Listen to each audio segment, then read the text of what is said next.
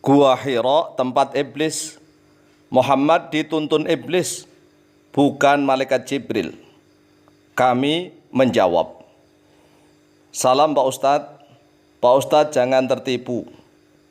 Karena nabinya umat Islam ketika menyepi di Gua Hira tidak didatangi oleh malaikat Jibril, tetapi didatangi oleh iblis.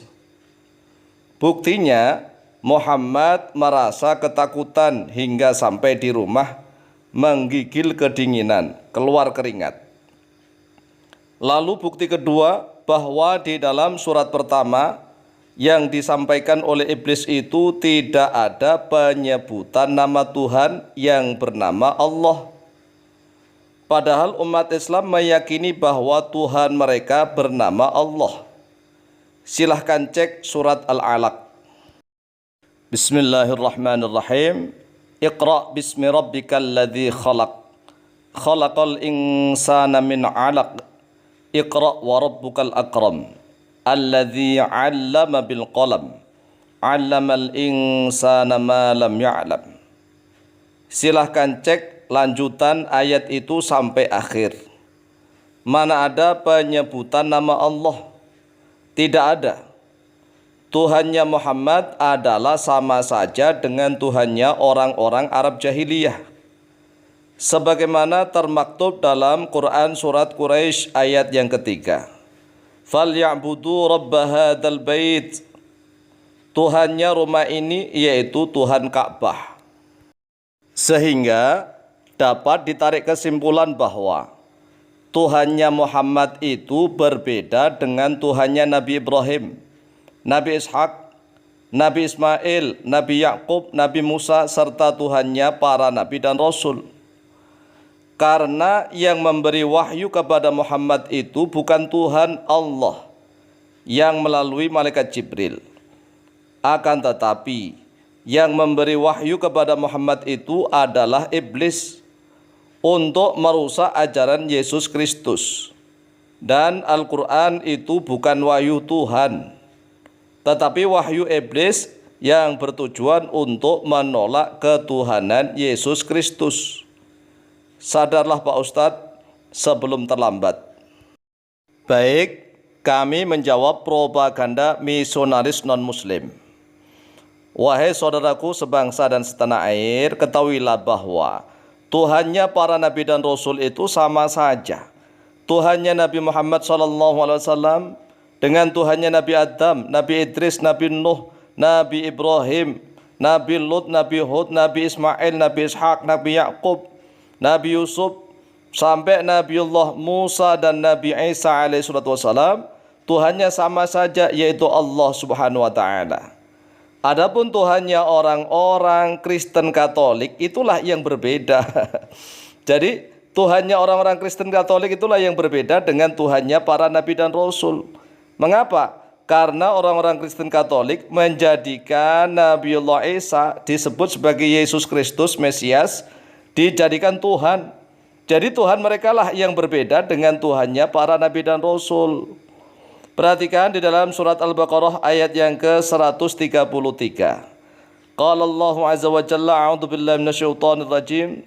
Am kuntum syuhada'a. Apakah ada oleh kalian syuhada'a, yaitu sebagai saksi oleh kalian, idh hadara Yaquba, tatkala telah hadir Yaquba pada Nabi Yakub al-mautu, oleh suatu kematian.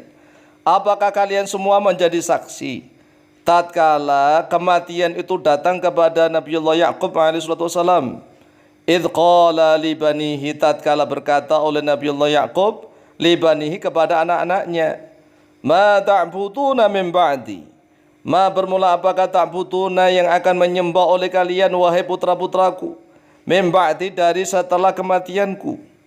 Qalu, berkata oleh mereka putra-putra Nabiullah Yakub, na'budu ilahaka wa ilaha abaika Ibrahim wa Ismail wa Ishaqa ilaha wahida. Mereka dengan tegas putra-putra Nabiullah Yakub yaitu Bani Israel mengatakan atau menjawab, na'budu, menyembah oleh kami ilahaka pada Tuhanmu, wa ilaha abaika, dan pada Tuhannya bapak-bapakmu. Ibrahima ialah Tuhannya Nabi Ibrahim, wa Ismaila, dan Tuhannya Nabi Ismail, wa Ishaqa, dan Tuhannya Nabi Ishaq. Ilahan wahidan, yaitu Tuhan yang satu saja. Siapa dia? Allah Subhanahu wa taala. Wa nahnu lahu muslimun, wa nahnu, dan kami, kata Bani Israel, lahu, kepadanya Allah, muslimuna, yaitu orang-orang yang menyerahkan diri.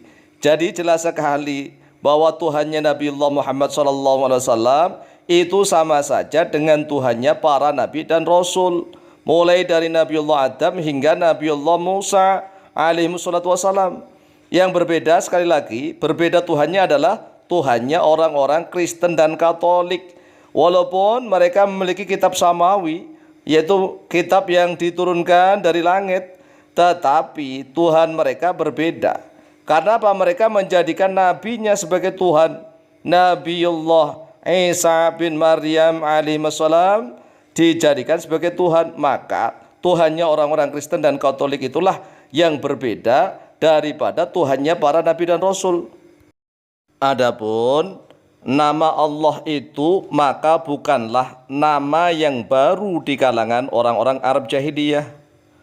Buktinya, sebelum Nabi Muhammad SAW diutus menjadi nabi dan rasul, maka sudah ada banyak sekali nama-nama manusia yang diberi nama Abdullah.